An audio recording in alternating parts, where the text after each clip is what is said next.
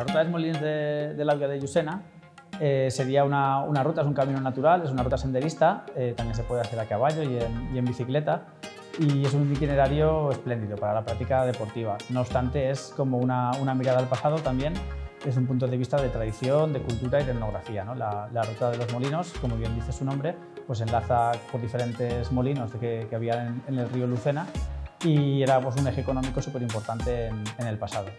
Para el visitante o la gente que visita nuestra experiencia, saldríamos de lo que es el nacimiento del río Lucena, que es una zona espléndida con un montón de naturaleza. Seguiríamos primero un tramo de pista y llegaríamos al Molí el Ros, que sería el primer molino que podríamos encontrar.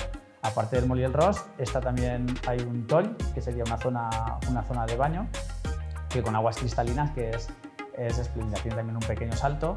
Y la verdad es que a nivel paisajístico, de observación de fauna, podemos encontrar también la fauna subacuática, como puede ser el pez autóctono, que sería el barbo, y nos brinda pues un espacio natural, la verdad es que bastante idílico, de lo que sería un río de interior de Mediterráneo. Vamos.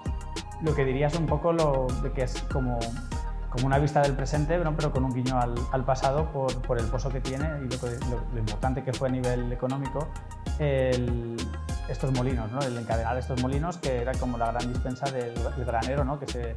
de toda la comarca del Alcalater. Entonces, esta parte etnográfica que podemos ver, podemos visitar, podemos ver cómo realmente es oficio, ¿no? de convertir el grano en harina, es lo que creo que la hace realmente única. Los paneles interpretativos están muy bien y las explicaciones que hacemos nosotros como guías pues, le hace al visitante una experiencia así que mucho más completa.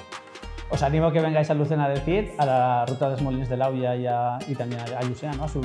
a su localidad por excelencia, y que os perdáis por un universo natural súper singular, que es como para mí el río que siempre soñamos, ¿no? Todo niño en poder perdernos por él, cruzarlo de arriba abajo, ver sus peces, tirar piedras en él y perderse por un espacio natural, vamos, espléndido, maravilloso.